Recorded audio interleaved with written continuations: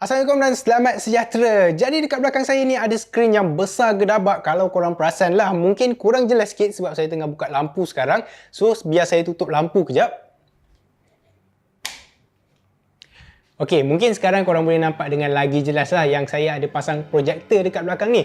Jadi hari tu ada sebuah company hantar projektor diorang untuk saya review. Tapi ni bukan projektor biasa-biasa tau. Ni 4K Smart Projector guys. Jadi kalau korang berminat, jangan pergi mana-mana. Anda bersama saya Adli di channel YouTube Mona Lisa. Jom!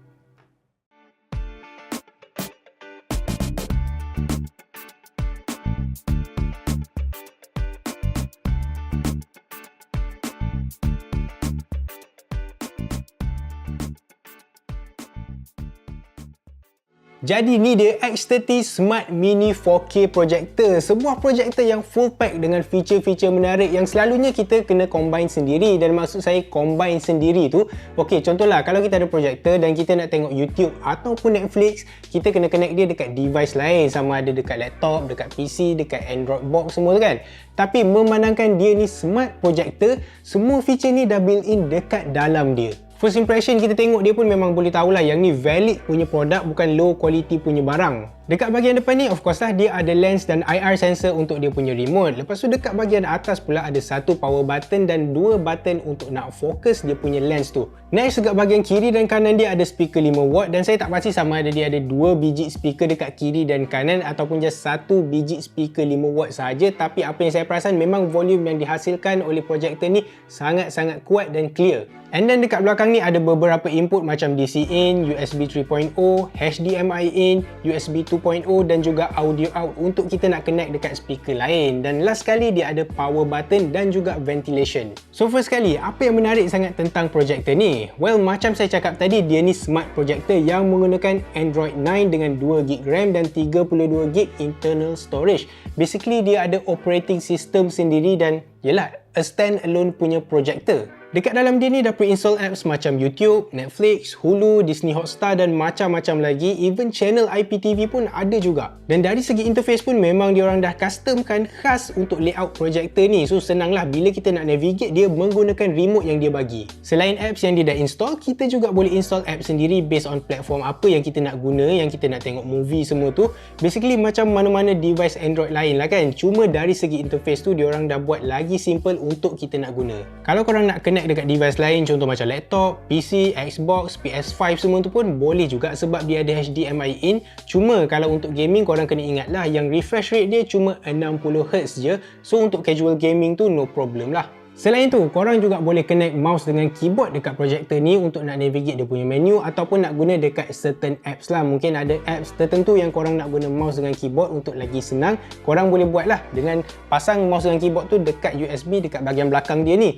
Lepas tu kalau korang guna Android, korang boleh cast menggunakan Miracast yang built-in dekat dalam dia. Sama juga dengan iOS punya user, korang boleh guna AirPlay untuk nak connect dekat projektor ni. So dari segi option input tu memang sangat-sangat banyak, yang tu memang saya sukalah. Dia tak bagi kita satu option je, dia bagi kita pelbagai jenis option, which is a good thing. So kalau korang nak guna dia as a standalone smart projector tanpa device lain connected dekat projector ni, korang boleh buat macam tu. Tapi kalau korang nak experience macam traditional punya projector, contohlah kan ada presentation ke anything, korang tetap boleh connect dengan device-device lain. So dia macam best of both world, korang akan dapat dua-dua jenis projektor dalam satu package kecil macam ni. Dari apa yang diorang claim, diorang cakap yang projektor ni mampu menghasilkan image quality 4K ataupun projection 4K lah kan. Bila dia pancar dekat dinding tu, dia boleh pancar resolution 4K, native resolution dia.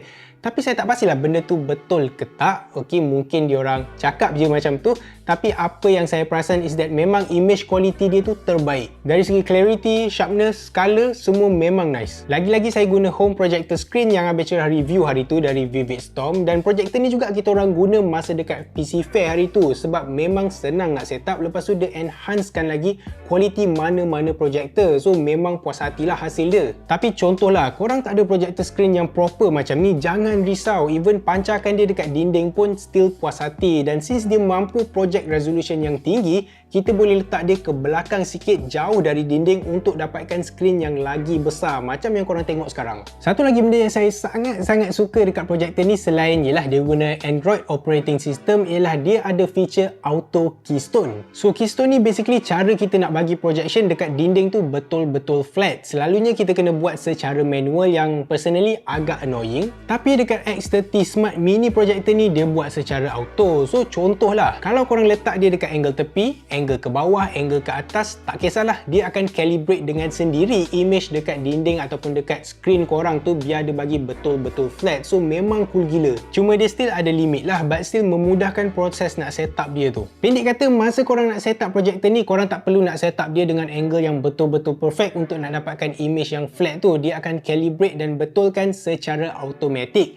Tapi macam saya cakap, dia ada limit dia ada threshold sebanyak mana yang dia boleh calibrate lah kan. Contoh kalau kita letak angle yang terlampau tinggi sangat, mungkin dia akan ada masalah lah untuk nak calibrate. Dekat situ yang kita kena calibrate secara manual dekat dia punya settings menggunakan remote control yang dia bagi. Dan since dia ni full Android OS running dekat dalam dia, lepas tu ada auto keystoning yang memudahkan kerja kita lah kan. Letak je, ok tak apa, dia auto sendiri calibrate image tu bagi flat. Lepas tu siap ada handle lagi dekat atas ni. So memang sangat-sangat sesuai kalau korang nak bawa dia pergi camping, nak bawa pergi travel, pergi gathering, tak kisahlah dekat mana-mana. Basically dia ni sangat-sangat portable. Lagipun dia ada bagi satu carrying bag yang kita boleh bawa, kita boleh letak dia dalam bag, bawa pergi mana-mana kita nak pergi. Plus dengan bateri berkapasiti 15,600 mAh, memang dia ni padu gila lah. Bateri tahan lama, kita boleh guna dia up to 280 minit. Dan contoh kalau masa korang guna tu dia habis bateri ataupun nak habis bateri, jangan risau, korang just plug in dia punya DC cable dekat bahagian belakang.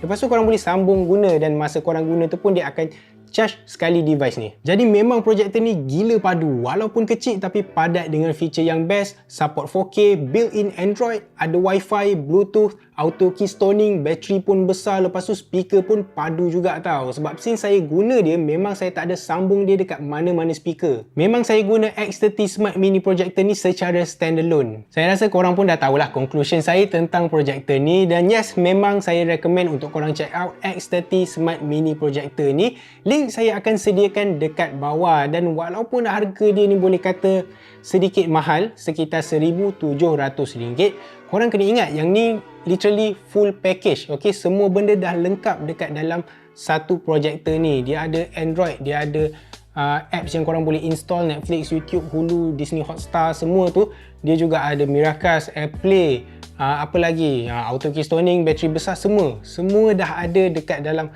satu projector yang compact, yang sangat-sangat portable, sekali dengan bag dia bagi. So saya rasa worth it lah kalau korang akan selalu guna dia. Kalau korang jarang-jarang guna, maybe better korang cari option lain. Tapi kalau korang ni memang akan guna dia selalu, dan memang saya rasa berbaloi lah untuk korang nak beli. Cuma ada satu benda yang saya perasan masa saya tengok YouTube dekat projector ni, max highest quality dekat YouTube yang saya boleh tengok ialah 720p sahaja. So benda tu macam agak pelik juga. Saya tak pastilah kenapa. Mungkin saya kena scam, maybe native resolution dia cuma 720p. Tapi kalaulah betul saya kena scam, at least diorang berjaya lah nak scam saya kan. Sebab sepanjang saya guna projector ni, memang saya puas hatilah dengan image quality yang dihasilkan. Tak kisah sejauh mana saya letak dengan screen, projector ni still hasilkan image yang bagi saya dah cukup okey. Dah best dah nak tengok, tak ada benda lah nak komplain. Except for kalau korang nak guna dia untuk gaming ataupun benda-benda yang ada banyak detail kecil-kecil tu, mungkin dia kurang jelas. Tapi untuk movies, Netflix semua tu memang no complain. Memang saya sangat-sangat recommend.